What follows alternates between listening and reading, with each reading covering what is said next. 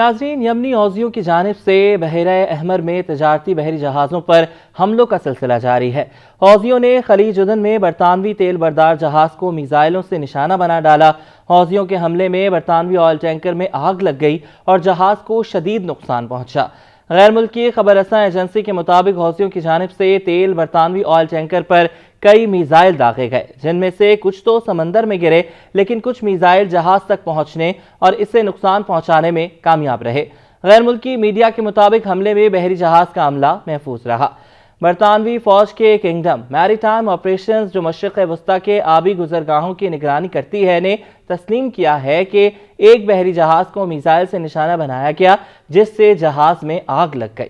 Group کے فوجی ترجمان نے کہا ہے کہ برطانوی آئل ٹینکر مارلن لوانڈا یمنی نیول فورسز کی طرف سے داغے گئے میزائلوں کی زد میں آ گیا۔ حملہ براہ راست تھا، جس کے نتیجے میں جہاز میں آگ لگی۔ امریکی سینٹرل کمانڈ کے مطابق یمن کے حوثیوں کے زیر کنٹرول علاقے سے جہاز شکن بیلسٹک میزائل فائر کرنے کے بعد جہاز نے ڈسٹریس کال جاری کی تھی اور نقصان کی اطلاع دی تھی۔ سینٹرل کمانڈ نے کہا کہ یو ایس ایس کارنی اور ایک گائیڈڈ میزائل ڈسٹرائر اور دیگر اتحادی بحری جہازوں نے جواب دیا۔ حملے کے بعد جہاز کو مدد فراہم کی گئی۔ حوثیوں کے ترجمان نے ایک بیان میں واضح کیا تھا کہ غزہ پر اسرائیل اور بحیرہ احمر میں امریکی اور برطانوی جارحیت کے جواب میں حملہ کیا گیا۔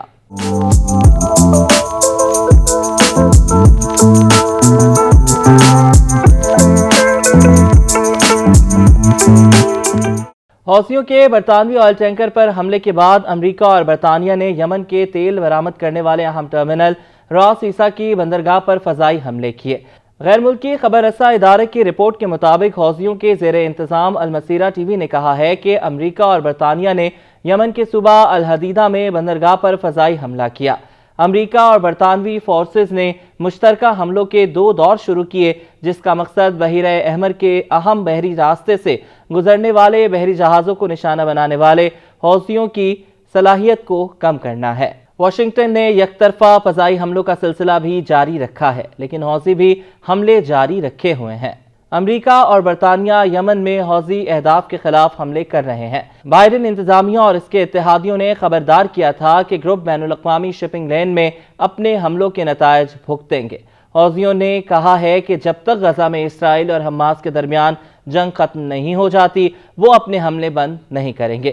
حوثی رہنما عبد المالک الحوثی نے اپنی ایک تقریر میں کہا کہ امریکہ کا براہ راست سامنا کرنا ایک بہت بڑا اعزاز اور نعمت ہے۔ حوثیوں کی جانب سے بحیرہ احمر سے گزرنے والے مال بردار تجارتی بحری جہازوں پر حملوں نے دنیا بھر کو تشویش میں مبتلا کر دیا ہے۔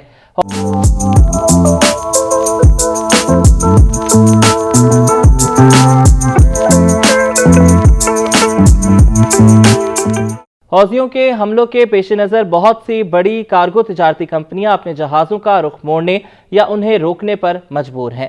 ماہرین کے مطابق اگر بحری جہازوں کو بحیرہ احمر میں ہونے والے حملوں سے بچانے کے لیے متبادل راستوں سے گزرنے پر مجبور کیا گیا تو پیٹرولیم مصنوعات سمیت الیکٹرانک آلات اور ٹرینرز جیسے جوتے جیسی روزمرہ اشیاء کی قیمتوں میں تیزی سے اضافہ ہو سکتا ہے۔ بحیرہ احمر کے جنوبی سرے پر واقع آبنائے باب المندب میں تجارتی بحری جہازوں پر حوثیوں کی جانب سے حملوں میں اضافے کے بعد جہاز رانی کی بڑی کمپنیوں نے اپنے بہت سے جہازوں کو اس راستے سے لے جانے سے گریز کرنا شروع کر دیا ہے۔ بحیرہ احمر کا یہ راستہ عالمی معیشت کے لیے انتہائی اہمیت کا حامل ہے، کیونکہ ایک اندازے کے مطابق فی الحال دنیا کی تجارت کا 12% حصہ بحیرہ احمر کے شمالی سرے پر موجود نہر سویس سے گزرتا ہے۔ اس کے ساتھ وہاں سے گزرنے والے سامان تجارت میں دنیا کی 30% کنٹینرز شامل ہیں۔ حوثیوں کی جانب سے حملوں میں اضافے کے بعد بحیرہ احمر کے راستے شپنگ معطل کرنے کا اعلان کرنے والی کمپنیوں میں اب تیل کی بڑی کمپنی برٹش پیٹرولیم بھی شامل ہو گئی ہے۔ اس سے قبل میرسک جیسی دنیا کی بڑی شپنگ کمپنیوں نے اس اہم تجارتی راستے سے اپنے بحری جہازوں کے سفر کو معطل کر دیا ہے۔ برٹش پیٹرولیم، ہانگ کانگ کی OOCL، میرسک، ہیپک لائٹ، MCS اور CMACGM جیسی بہت سی بڑی کمپنیوں نے اب بحیرہ احمر کے ذریعے سویز نہر کے راستے اپنی سرگرمیاں معطل کر دی ہیں اور اب وہ اپنے بحری جہازوں کو جنوبی افریقہ کے کیپ آف گڈ ہوپ کا متبادل راستہ استعمال کر رہے ہیں۔ حملوں کے نتیجے میں پہلے ہی تجارتی مال کی ترسیل کے اخراجات بڑھ رہے ہیں۔ اب راستے کی تبدیلی سے اخراجات میں مزید اضافہ ہوگا کیونکہ اس میں کمپنیوں کی اضافی لاگت آئے گی۔ ایک میری ٹائم سیکیورٹی کمپنی کے مطابق اس علاقے میں اب بحری جہازوں پر تعینات مسلح سیکیورٹی اہلکاروں کی مانگ میں بہت زیادہ اضافہ ہوا ہے۔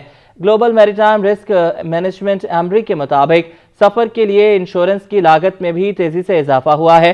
ماہرین کے مطابق بحیرہ احمر کے راستے کو ترک کرنے سے جہاز رانی، انشورنس اور دیگر بحری لاجسٹک خدمات کی لاگت میں 30% تک اضافہ ہو جائے گا اور اس اضافی اخراجات کا بار بھی صارفین پر ہی آئے گا۔